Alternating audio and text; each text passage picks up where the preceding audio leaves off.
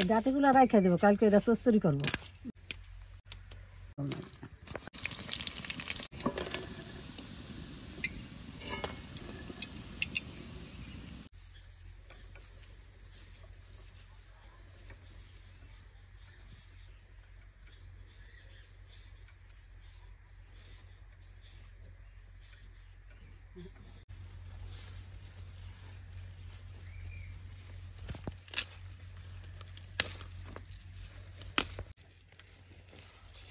এই ডাঁটিগুলো রাইখা দেবো, কালকে এটা চচ্চড়ি করবো। মূলা দিয়া কফি ডাটা দিয়ে চচ্চড়ি করলে ভালো লাগে খেতে।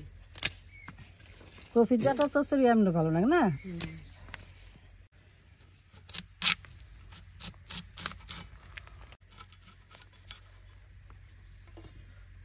কফিটা কিন্তু হেবি ভালো না বৌমা?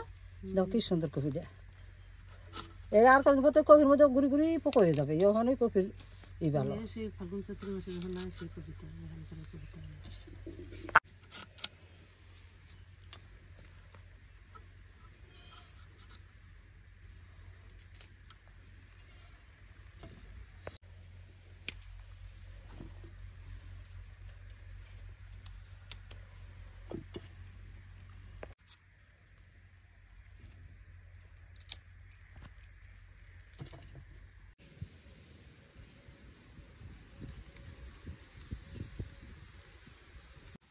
কফিগুলো আমি সাইজ মতন কাটে নিছি। এবারে লবণ দিলে কফিগুলো আমি একটু ভিজাই রাখবো। যদি দুই একটা পোকামাকড় থাকে তাহলে ভিজাই রাখলে এটা বাইরে। এই জলের মধ্যে আমি লবণটা দিয়ে দিব। লবণটা দিচ্ছি তো একটু ঘাটাই দিলে লবণটা গলে দিব না।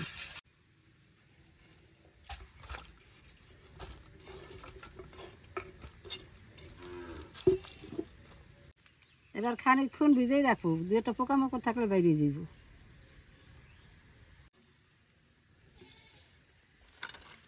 অনেক সময় ভিজে রাখছিলাম, এবার আমি কফিটা উড়িয়ে নিই।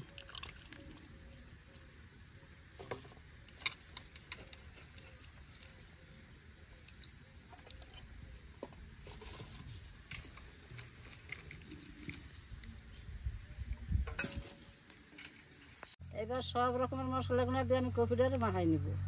রসুন বাটা, আদা বাটা, ধনিয়ার গুঁড়া, জিরার গুঁড়া,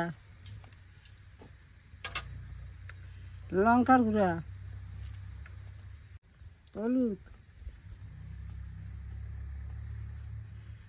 কালো জিরা,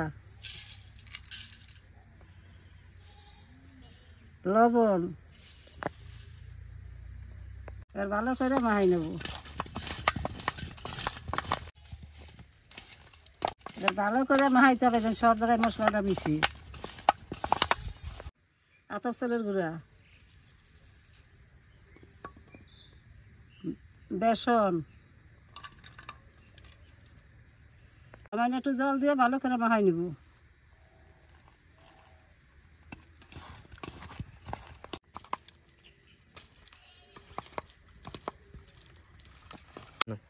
কড়াই গরম হয়ে গেছে, এবার তেল দিয়ে দিব। আমি দিয়ে দিব।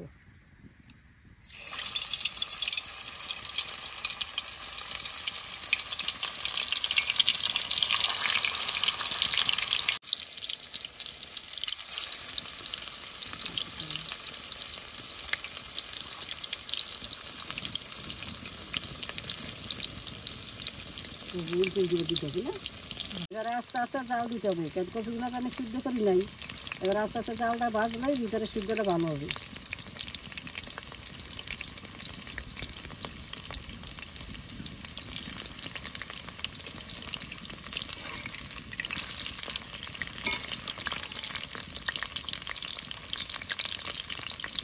কাঁচা করে দেন তাহলে ভাজাটা ভালো হবে। দেখেন রঙটা কি সুন্দর হয়েছে। আমি 5-6 মিনিট আস্তে আস্তে জাল দিচ্ছি, এগুলো পোকা দেন ভাজা হয়ে গেছে। এবারে কি সুন্দর হয়েছে না দাদা? খুবই সুন্দর হয়েছে না?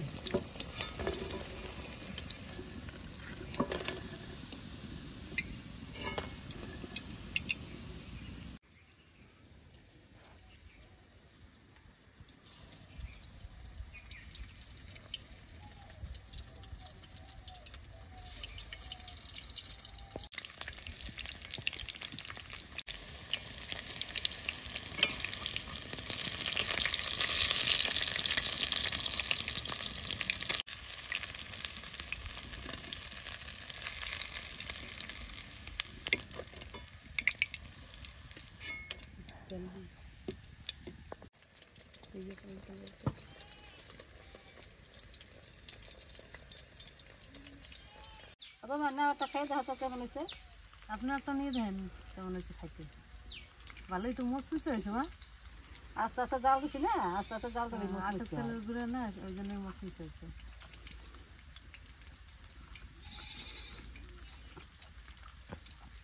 খাইতে তো খুব ভালোই লাগে না? খাইতে হেভি হয়েছে।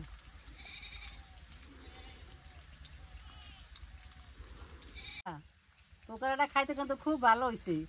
আপনারা ওরকম করে বাড়িতে বানিয়ে খাবেন।